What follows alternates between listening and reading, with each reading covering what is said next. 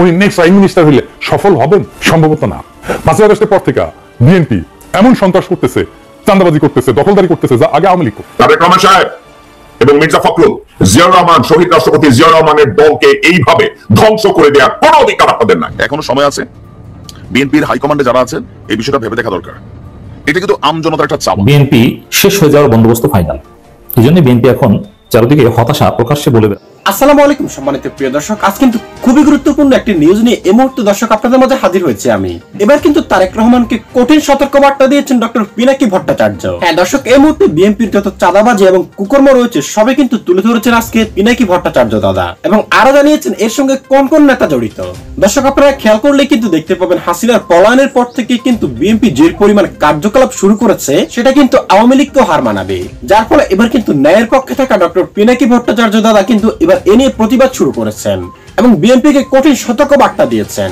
দর্শক আশা করি শুরুতে ভিডিওর কিছু অংশ বিশেষ দেখে আশা করি বুঝতে পেরেছেন আমাদের আজকের এই ভিডিওটা ঠিক কতটা গুরুত্বপূর্ণ এবং কোন বিষয়টিকে ইঙ্গিত করছে। তাই আপনাকে বিনীত অনুরোধ জানাবো আমাদের আজকের এই গুরুত্বপূর্ণ ভিডিওটি একটু স্কিপ না করে একেবারে সম্পূর্ণ দেখবেন, কিন্তু তবে কিন্তু আজকের খবরের একেবারে বিস্তারিত দর্শক ভালো করে বুঝতে পারবেন।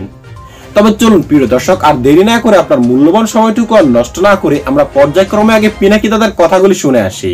ওনার এত পজিটিভ বৈশিষ্ট্য থাকার পরেও কি উনি নেক্সট সরকার গঠন করে তার নেতা হইলে বা নেক্সট প্রাইম মিনিস্টার হইলে সফল হবেন? সম্ভবত না, দুঃখজনক ভাবে না, এবং এটা বাংলাদেশের জন্য ডিজাস্টার হবে। কেন না?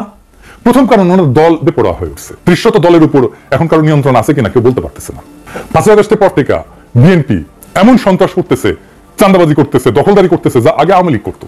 দেখেন গত 8 মাসে বিএনপি মোট খুন করছে 61টা। 61 জনের মধ্যে 7 জন আওয়ামী লীগ, 7 জন অরাজনৈতিক মানুষ, 1 জন জামাত এবং 46 জন বিএনপি করা মানুষ নিজের দলের লোক। এখন তারা ক্ষমতায় যায়নি। মানুষের মনে তাহলে প্রশ্ন, ক্ষমতা গেলে কি করবে? এই বিএনপি কি ভারতকে সামলাইতে পারবে? তার সে বয়ান কই? বরং মির্জা ফখরুল বলছে ভারতের সাথে সম্পর্কের বরফ গলতে শুরু করছে, এবার নাকি এই সম্পর্ক নাকি আরো ভালো হবে। খুব স্পষ্টভাবে বলছে 71 নিয়ে ভারত যে ন্যারেটিভ তৈরি করতেছে সেটাই এখন বিএনপির ন্যারেটিভ। সেই মুক্তিযুদ্ধের চেতনা, সেই 72-এর সংবিধান, সেই ধর্মনিরপেক্ষতা, সেই অসাম্প্রদায়িকতা, সেই ইন্ডিয়ান ন্যারেটিভ, সেই আওয়ামী ন্যারেটিভ এখন বিএনপি ন্যারেটিভ। সে কিভাবে ভারতকে ঠেকাবে?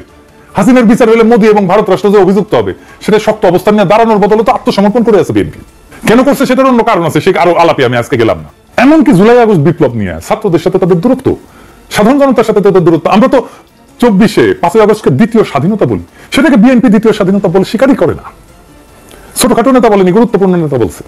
দেখেন বিএনপিতে কিন্তু এই যে জেন জি এটা কিন্তু নাই, তরুণ প্রজন্ম নাই, তারা তারুণ্যকে টানতে পারে নাই। মানে ওই দলের বুড়ারা যত বিদায় নেবে ওই দল তত শুকাবে, তার ফ্রেশ রিক্রুটমেন্ট নাই। বিএনপিতে আমি আমার শহর বগুড়ার লিডারশিপের কথা বলছিলাম, অনেকে মাইন্ড করছিলেন, কিন্তু আপনি আশেপাশে খুঁজে দেখেন যে মেধাহীন দুর্বৃত্তরা অনেক জায়গায় নেতৃত্বে বিএনপির। বিএনপি একটা বুদ্ধিজীবী পুল করে তুলতেছে ভালো, কিন্তু এদের কেউই সে অর্থে পলিটিক্যাল না, রাজনীতি করে আসেনি কেউই, একেবারেই না। মানে রাজনীতি বিষয়টা কি সেটা নিয়ে ধারণা নাই। সেজন্য তাদের বুদ্ধি, তাদের মেধা, তাদের দক্ষতা, তাদের পেশাগত সাফল্য যত বড়ই হোক না কেন, পলিটিক্স এই সিরিয়াস বিষয়টা ধারে কাছে ওনারা আসতে পারবেন না। তার উপরে একটা ব্যাপার দেখেন, ওনাদের বেশিরভাগই দেশে থাকে না, লিস্ট দেখেন বেশিরভাগ, মানে 2-1 হয়তো দেশে থাকে। বিএনপির ভেতরে যে এই ইন্টেলেকচুয়াল ভয়েড মানে শূন্যতা, এটা কতটুকু আসেন একটু বুঝে দেখি। দেখেন তারেক রহমানকে নিয়ে যে স্নেহার ক্যাম্পেইন হয়েছে না, আওয়ামী লীগ করছে, ইন্ডিয়া করছে, তার ভার এখনো বহন করতেছে তারেক রহমান। ওনার বিরুদ্ধে স্নেহার ক্যাম্পেইনের প্রথম অর্গানাইজ জবাব আমি দিছিলাম ভিডিও কইরা, মনে আছে না? মাস 7 আগে। ওনার সেই ইমেজ পুনরুদ্ধার এবং বিশেষ করে পশ্চিমে ইমেজ পুনরুদ্ধার কিন্তু হয়নি এখনো। ওনাকে যে নির্যাতন করা হয়েছিল তা আমেরিকার ইন্ডিয়ার যৌথ পরিকল্পনাতে হয়েছিল, তো সেটা পরিবর্তন হয়েছে কি তাদের মনোভাব? আমরা শিওর না, আমরা জানি না। ওনাকে নিয়ে তো পশ্চিমের আগ্রহ দেখি না, ওনার সাক্ষাৎকার ছাপা হয় না পশ্চিমা মিডিয়ায়, উনি পশ্চিমা টিভিতে আসেন না, উনি নিজে লেখেনও না, বলেন কিন্তু লেখেন না। তো তাহলে ওনার ইন্টারন্যাশনাল ইমেজ কে তৈরি করবে? আরো বড় কথা আছে, বিএনপি তো 111 ঠেকাইতে পারেনি, ক্ষমতায় ঠেকাইতে পারে নাই, এখন কিভাবে ভারতের শত্রুতা ঠেকাবে? এখন বিএনপি কইতে পারে ভারতের সাথে শত্রুতা খ্যান করতে হবে। এইখানেই তো আমাদের সমস্যা। আমরা তো হাসিনার মতো স্বামী স্ত্রীর সম্পর্ক চাই না, ভারতের সাথে চুক্তিগুলো তো বাতিল করলে ঝামেলা শুরু হয়ে যাবে। আর হাসিনার কোনো চুক্তিগুলো যা হাসিনা ভাষায় ইন্ডিয়াকে যা দিছি চিরজীবন মনে রাখবে, সেই চুক্তিগুলো যদি থাকেই তাহলে হাসিনার সমস্যা কি ছিল? একই তো জিনিস চললো, তাই না? মানে ইন্ডিয়ার সাথে চুক্তিগুলো তো বাতিল করতে হবে, ভারতীয়দের বাংলাদেশের সাথে চাকরি করতে দেওয়া যাবে না। রাষ্ট্র চালানোর মতো দক্ষ লোক এখন বিএনপিতে আছে নাই, যারা আগে ছিলেন বিএনপির মন্ত্রী ছিলেন তাদের বেশিরভাগই নাই, যারা আছেন তারা অতিবৃদ্ধ। 2026-এ বাংলাদেশ এলডিসিতে মানে স্বল্পোন্নত দেশে উন্নীত হবে, আমরা বৈদেশিক অনুদান পাবো না, ওষুধের প্যাটেন্ট কিনতে হবে, আমাদের অর্থনীতিকে বিশাল চাপের মধ্যে পড়বে। আমরা এটা মোকাবেলা করার মতো এখনো সামর্থ্য হইনি, আমরা জানি না এটা আমরা মোকাবেলা কেমনে করবো। বিএনপি এটা মোকাবেলা করতে সক্ষম? তার উপরে তারেক রহমান এখনো একটা দলের নেতা, জাতীয় নেতা হিসেবে ঠিক কেমন পারফর্ম করবে সেটা আমরা জানি না। বিএনপির 2002 থেকে 2006 সালের শাসনকাল তো ভালো ছিল না। সেই সময়ের একটা লেজিট ট্রমা সেই জেনারেশনের আছে। মানুষ ন্যায্য ভাবেও যদি ওই সময়টাকে বিবেচনা করে, তাহলে বিএনপি ভালো মার্ক পাবে না ওই সময়ের জন্য, ওই শাসনের জন্য। আবার উল্টা দিকে বিএনপির নেতা কর্মীরা মনে করতেছে আমাদের দল বড় দল, আমরা রাষ্ট্র চালাবো, ইলেকশন করে আমাদের বা যাদেরকে রাষ্ট্র ক্ষমতা বসানো হোক, সমস্যা কি? এটাও যৌক্তিক, আমি মানি। আবার দেশের জনগণের একটা বিশাল অংশ মনে করে প্রফেসর ইউনূসের সরকার আরো দীর্ঘ সময় থাকা দরকার, কারণ জনজীবনে অর্থনীতিতে দৃশ্যমান উন্নতি হয়েছে। এখন এই অবস্থার সমাধান কি হতে পারে? আমরা সবাই ভাবছি অন্তর্বর্তীকালীন সরকার থেকে একটা রাজনৈতিক সরকারে উন্নীত হবো। এখানে আমাদের একটা out of the box solution চিন্তা করতে হবে। সেটা হইতেছে আমরা এই অন্তর্বর্তীকালীন সরকার থেকে একটা ট্রানজিশনাল সরকার করব, যা থেকে রাজনৈতিক সরকারের উত্তরণ করব। তার মানে 3টা স্টেপে, ধাপে ধাপে। এই ট্রানজিশনাল সরকার থাকবে, হাসিনার টার্মটা যতদিন ছিল ততদিন, মানে হাসিনা যদি ক্ষমতায় থেকে যেত তাহলে যতদিন পরে আরেকটা ইলেকশন হইতো ততদিন। কারা থাকবে এই সরকারে? ফ্যাসি বিরোধী সকল রাজনৈতিক দল, বিএনপি, জামাত, চরমনাই, নূরের দল, এনসিপি, এমনকি বাম সহ সবাই। ন্যাচারালি আমরা দলগুলোর শক্তি জানি, সেই হিসেবে তারা মন্ত্রী পাবে, মন্ত্রিসভা পুরা হবে। আর উপপ্রধান উপদেষ্টা হবে তারেক রহমান। বর্তমান উপদেষ্টা পরিষদের বেস্ট উপদেষ্টারা থাকবেন। এখন বলতে পারেন বেস্ট উপদেষ্টা কিভাবে নির্বাচন করবেন, এটা কিভাবে বাইর করা যাবে, এটা কঠিন কিছু না। একদম একটা থার্ড পার্টি দিয়ে ইভালুয়েট করা হবে। ধরেন বোস্টন কনসালটেন্সি গ্রুপ, তাকে দিয়ে দিলাম কাজটা। আপনি দেখবেন কিছু মন্ত্রণালয় সুপার পারফর্মিং, আর কিছু একেবারে যাচ্ছে, আর কিছু মাঝামাঝি। যারা সুপার পারফর্মিং তারা থাকবে। এটা হবে সত্যিকারের জাতীয় সরকার। এখানেই আমরা আবার সেই জাতীয় ঐক্য গড়ে তুলতে পারবো, যেটা 5ই আগস্টে গড়ে উঠছিল, যেটা জুলাই আগস্ট বিপ্লবে গড়ে উঠছিল। এতে বিএনপির লাভ কি? তারেক রহমান একটা মেন্টরিং পাবে প্রফেসর ইউনূসের। রাহুল গান্ধীকে এই মিরপুরে পাঠানো হয়েছিল প্রফেসর ইউনূসের মেন্টরিং এর জন্য, শিক্ষার জন্য। এই মেন্টরিং তারেক রহমানকে ভবিষ্যতের জন্য গড়ে তুলবে। প্রফেসর ইউনূসের সব নেটওয়ার্কের সাথে তারেক রহমান ইন্ট্রোডাকশন হবে, জানবে। আমরা একটা ধারাবাহিকতা পাবো লিডারশিপে, আন্তর্জাতিক রিলেশনের একটা ধারাবাহিকতা পাবো, প্রফেসর ইউনূসের নেটওয়ার্কের একটা ধারাবাহিকতা পাবো। তারেক রহমানের ইমেজ ক্লিন আপ হবে প্রফেসর ইউনূসের সেকেন্ড ম্যান হিসেবে। পৃথিবী চিনবে উনি প্রফেসর ইউনূসের সাথে কাজ করছেন, ট্রাস্ট করতেন প্রফেসর ইউনূস। আবার ওনাকে ব্যর্থতার পুরো দায় দিতে হইল না, ক্ষমতা স্টেক পাইল। এই যে ক্রস এক্সচেঞ্জ হবে এক্সপার্টাইজের নানা দলের সাথে, সেটাই সবাই উপকৃত হবে। বিএনপি যে কমপ্লেন করে জাতি বিভক্ত হয়েছে, তার সমাধান হবে, জাতি আবার ঐক্যবদ্ধ হবে। এই ট্রানজিশনাল সরকার ফ্যাসিবাদের সব অবশেষ সরাবে। চার্টার বা ম্যান্ডেট কি হবে? 1 নম্বর আওয়ামী ফ্যাসিবাদের নির্মূল, ভারতীয় আধিপত্যবাদের অবসান। 3 নম্বর সাম্যের সমাজ আর ইনসাফের রাষ্ট্র। সামান্য 4টা। এতে আর্মির কি উপকার হবে? ওয়াকার সাহেব জাতিসংঘের রিপোর্টে আর্মির নাম আসায় উতলা হয়ে পড়ছেন, পড়াটাই স্বাভাবিক। ওনার পূর্বসূরি তার চাকরির নিশ্চয়তার জন্য প্রণব মুখার্জি শরণাপন্ন হয়েছিল, মইনুল আহমেদ। এখন যদি ওয়াকার সাহেব এই বিচার থেকে নিজে এবং তার বাহিনীর দুর্বৃত্ত জেনারেলদের বাঁচানোর জন্য ভারতের শরণাপন্ন হন, তাতে অবাক হওয়ার কিছু নাই। আমি বলতেছি না যে উনি ভারতের শরণাপন্ন হয়েছেন, কিন্তু আমরা তো ঘর পড়া গরু, সিন্দুরে মেঘ দেখলে তো ডরাই। হয়েছিল তো এরকম কাজ রে ভাই। ওয়াকার সাহেব, আপনার একটা কথা বলি, রাজনীতি একটা অতি সিরিয়াস বিষয়। এটা ম্যানিপুলেট করা যদি আর্মির পক্ষে সম্ভব হতো, তাহলে তো নিয়াজি জিতে যেত, জেনারেল নিয়াজি 1971-এ। মায়ানমারে যান তারা ক্ষমতা থাকতো, এমনকি হাসিনাও ক্ষমতায় থাকতো, আপনিই রাখতেন। এটাও তো সহজ কাজ না। আর্মির আর জনগণের মধ্যে একটা দূরত্ব আছে, সেটা আপনাকে স্বীকার করতে হবে। সেটা আপনি সিভিল পার্টনারশিপ ছাড়া কমাইতে পারবেন না। আপনি ডিজিএফআই নামাবেন, আপনি আপনার এক্স আর্মি অফিসারদেরকে নামাবেন, আপনি আর্মির ইনস্টিটিউশনকে নামাবেন, আপনি এর ওর সাথে লিয়াজও করবেন, এই করে আপনি পারবেন না। এভাবে হয় না। ওইখানে আমাদের মতো ক্যারেক্টার লাগবে, আমাদেরকে আস্থা আপনাকে নিতেই হবে। এখন এই জায়গায় সবচেয়ে কার্যকর হচ্ছে প্রফেসর ইউনূসের মতো একজন ইউনিফাইং লিডারশিপের। উনি আপনার ছাতা হইতে পারবেন। উনার লিডারশিপে আপনি বেস্ট ডিলটা পাইবেন আর্মির জন্য।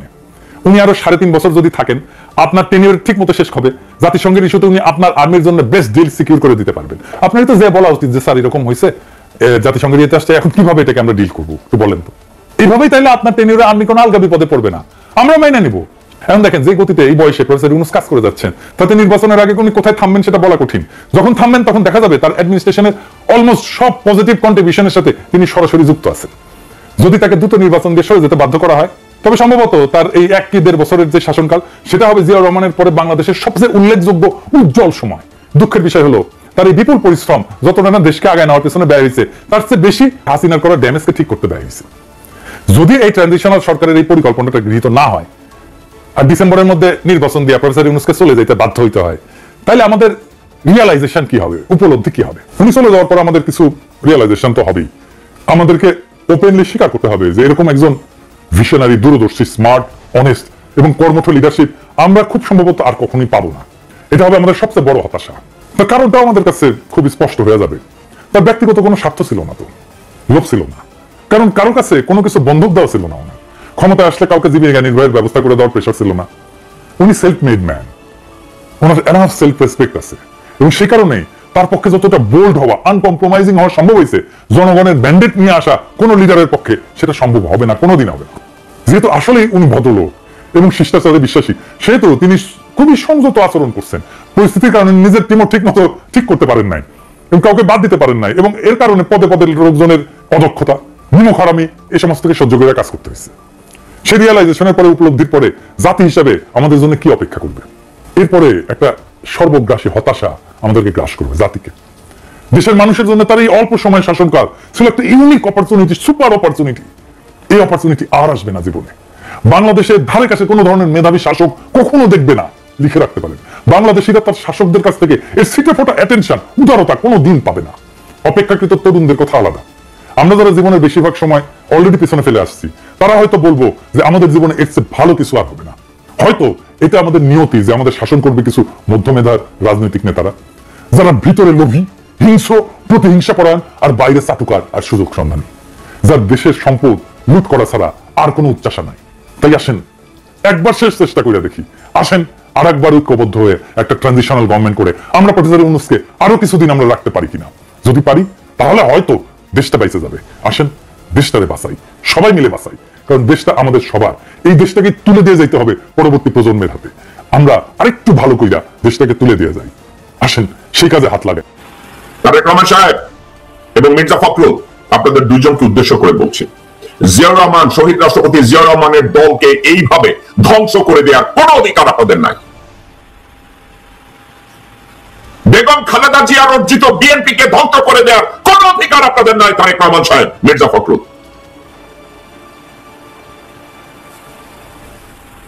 আপনার বাবা মেজর হয়ে নিজের জীবনের উপরে ঝুঁকি রেখে, নিজের স্ত্রী পুত্রদের উপরে ঝুঁকি রেখে স্বাধীনতা ঘোষণা করেছিলেন এই ভারতের দাবিদারি করার জন্য না। তারেক রহমান সাহেব, ভারতীয় চক্রান্তে পিটিয়ে আপনার কোমর ভেঙে দেওয়া হয়েছিল।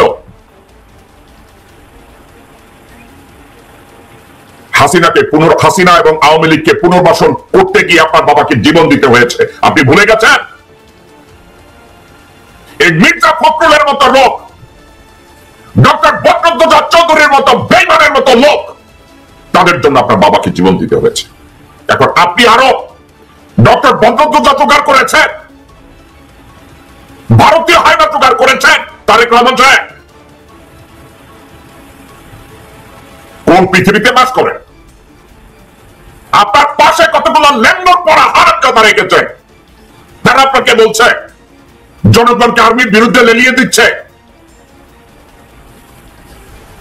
তারেক রহমান সাহেব, আপনাকে নিয়ে আপনার বিভিন্ন কথা নিয়ে আমি সমালোচনা করতে চাই না। আমি বিশ্বাস করতে চাই আপনি জিয়া রহমান সাহেবের সুযোগ্য পুত্র। এ ধরনের বাহুত্রা, ব্যাপকটাই, হুমড়িটাই, এ ধরনের মন্তব্য আপনি কোথায় পেয়েছেন? দর্শকবৃন্দ, তারেক রহমান একজন সশ্রদ্ধ, স্বজন, মানে খুবই বন্ধু বৎসল্য, খুবই ভালো একজন মানুষ। আমি এই হিসাবেই তাকে জানি। এর চেয়ে বিপরীত আমি কোনো কিছু আমি জানি না। আমি তারেক রহমানকে মনে করি তার শরীরে বয়ে রয়েছে জেনারেল জিয়াউর রহমানের রক্ত, বেগম খালেদা জিয়ার রক্ত। কিন্তু তারেক রহমানকে যদি এভাবে ভুল বুঝে এ ধরনের মন্তব্য তার মুখ থেকে বের করে, এবং তারেক রহমান যদি এগুলোকে ভেরিফাই করতে ব্যর্থ হয়, এটা অত্যন্ত কষ্টের কথা। বেগম জিয়ার অসুস্থতার সুযোগে ভারতীয় আধিপত্যবাদী যেসব কুত্তারা রয়েছে, তারা যদি চারিদিকে ঘিরে এ ধরনের কথা বলে, তারেক রহমান সাহেব, মির্জা ফখরুল এবং দেশের আজকের যারা এইসব কথার সাথে বিশ্বাস করেন, আমি তাদের উদ্দেশ্যে একটা কথা বলি। একটা সেনাবাহিনীকে ধ্বংস করার জন্য ওই দিনই ধ্বংস করার পায় তারা শুরু হয় যেদিন জেনারেল মোস্তাফিজুর রহমানকে রিটায়ারমেন্ট থেকে ব্যাক করে রয় ওত নেয়ার পরে তাকে সেনা প্রধান করা হয়। ওই দিন বাংলাদেশ আর্মি ইনস্টিটিউশনের ভিতরে রয়ের গোড়াপত্তন শুরু হয়। ৯৬ সালে আপনাদের মনে আছে, জেনারেল মোস্তাফিজকে রিটায়ারমেন্ট থেকে ডেকে রয়ের ওত প্রথম নেওয়ানো হয় তাকে। রয়ের ওত নেওয়ানোর পরে তাকে আর্মি চিফের দায়িত্ব দেওয়া হয়। দর্শকবৃন্দ, মইনের মতো একটা হুবড়িকে বেগম জিয়ার আপন ভাই সাইদ ইস্কান্দার ক্ষমতাকে কুক্ষিগত করার জন্য একটা লিলিপুট হারামজাদা মইনকে সেনাপ্রধান বানায় এবং তার খেসারত যায় তারেক জিয়ার উপরে। তারেক জিয়াকে পিটিয়ে পঙ্গু বানানো হয়, তাকে অকথ্য ভাষায় নির্যাতন করা হয়েছিল। তারেক জিয়া, আপনি কি এগুলো ভুলে গেছেন? তারেক রহমান, আপনার হাড় মাংস ব্যাংকে গুঁড়া করেছে। এখন আপনি ওখানে বসে আছেন আর ওখানে বসে এখন পুল্লক দিচ্ছেন। মানুষ পূর্ব ভুল থেকে মানুষ শিখে, ব্যর্থতা থেকে শিখে, সেটব্যাক থেকে মানুষ শিখে, জানে তারেক রহমান সাহেব। আপনি কি করছেন? গত 17 বছর 18 বছরে দেখি নাই আপনি লন্ডনে বসে কোন অন্য দেশের একটা সরকার প্রধান অথবা সাবেক সরকার প্রধানের সাথে আপনি দেখা করেছেন। কতগুলো ল্যান্ডন পড়া হারামজাদাদের পাশে নিয়ে আপনি এখনো সানির মতো বালছলদের পাশে নিয়ে আপনি রাজনীতি করছেন। কয়সারের মতো লোকজনদেরকে। দর্শক, পিনাকি দাদার কথাগুলি শোনার পর আপনার কি মনে হয়েছে? পিনাকি দাদা কি সঠিক কথা বলেছেন? তারেক রহমানের কি এই মুহূর্তে কিছু করার দরকার নয় কি, এবং দেশে এসে দলের হাল ধরা দরকার নয়? দর্শক, আপনি একজন বিএনপির কর্মী হিসেবে আপনার কাছে কি মনে হয়? কাদের কারণে বিএনপি আজ এই ধ্বংসের পথে? তাদের বিরুদ্ধে কি ব্যবস্থা নেওয়া উচিত নয়? দর্শক, কমেন্ট করে জানিয়ে দিন আপনার মূল্যবান মতামতটুকু, কারণ আপনাদের মতামতটুকু আমাদের কাছে খুবই গুরুত্বপূর্ণ। দর্শক, আশা করি সকলে অনেক ভালো থাকবেন। দর্শক, আজ এ পর্যন্তই। আল্লাহ হাফেজ।